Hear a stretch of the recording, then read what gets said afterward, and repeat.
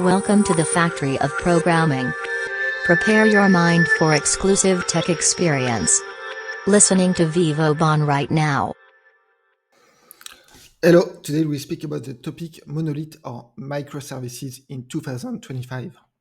In recent years, the tech world has buzzed with debates about architecture choices. However, 2025 offers a more balanced perspective. Simplicity, developer experience, and maintainability are reshaping how teams design software. From infrastructure as code to Vibecoding culture, and from startups to enterprise, many rethink their position on the monolith versus microservice 2025 spectrum. So, what has actually changed? First, let's see about Terraform. Terraform and infrastructure as code changing architecture with confidence. How infrastructure as code helps teams adapt architecture efficiently. Infrastructure as code tools like Terraform make architecture change easier. Nevertheless, the process is not effortless. Why IAC helps? Firstly, infrastructure becomes versionable, allowing easier testing, validation, or rollback. Secondly, provisioning environment for proof of concept is faster, thus reducing risk. Additionally, Terraform supports microservices with elements like networking, databases, and monitoring. But be careful. Infrastructure as code does not solve problems in code organization or inter-service communication. Furthermore, many challenges remain organizational rather than infrastructural.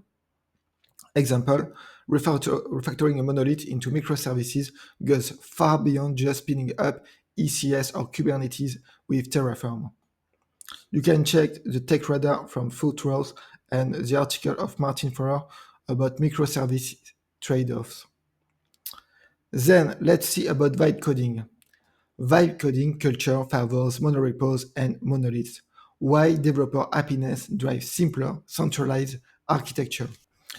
Vibe coding. The focus on great developer experience often favors centralized architecture like monolith or monorepos. Why developer prefers it? One repository, one build, one entry point, reduce friction and improve flow. Tools like hot reload, local test, and integrated demos work more smoothly. Moreover, even microservice fans see value in recentralizing to speed development.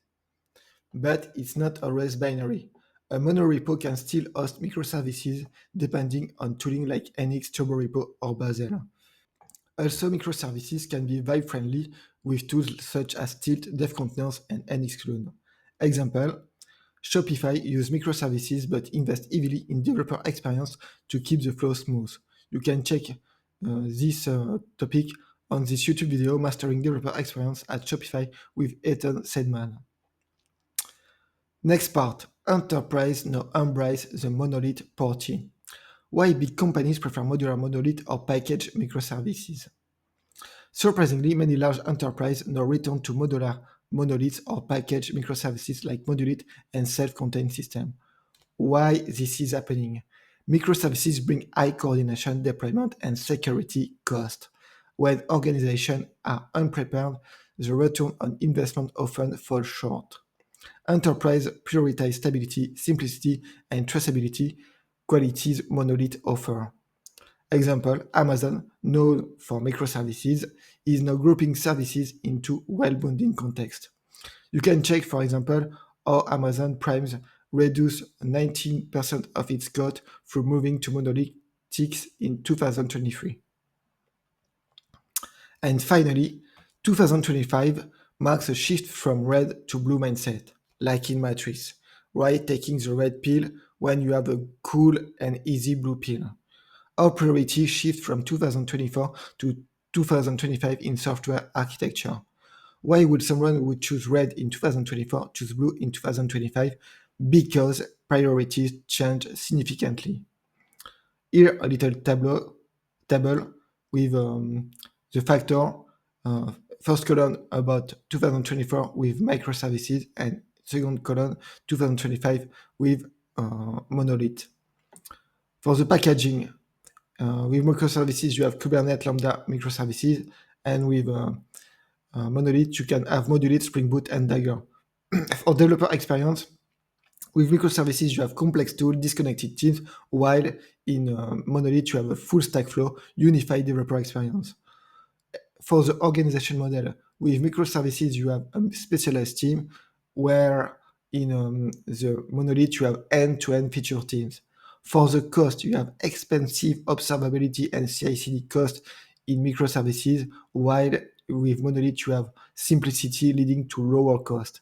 And for the vision, in microservices, you have hype-driven scalability, while in Monolith, you focus on resilience and clarity.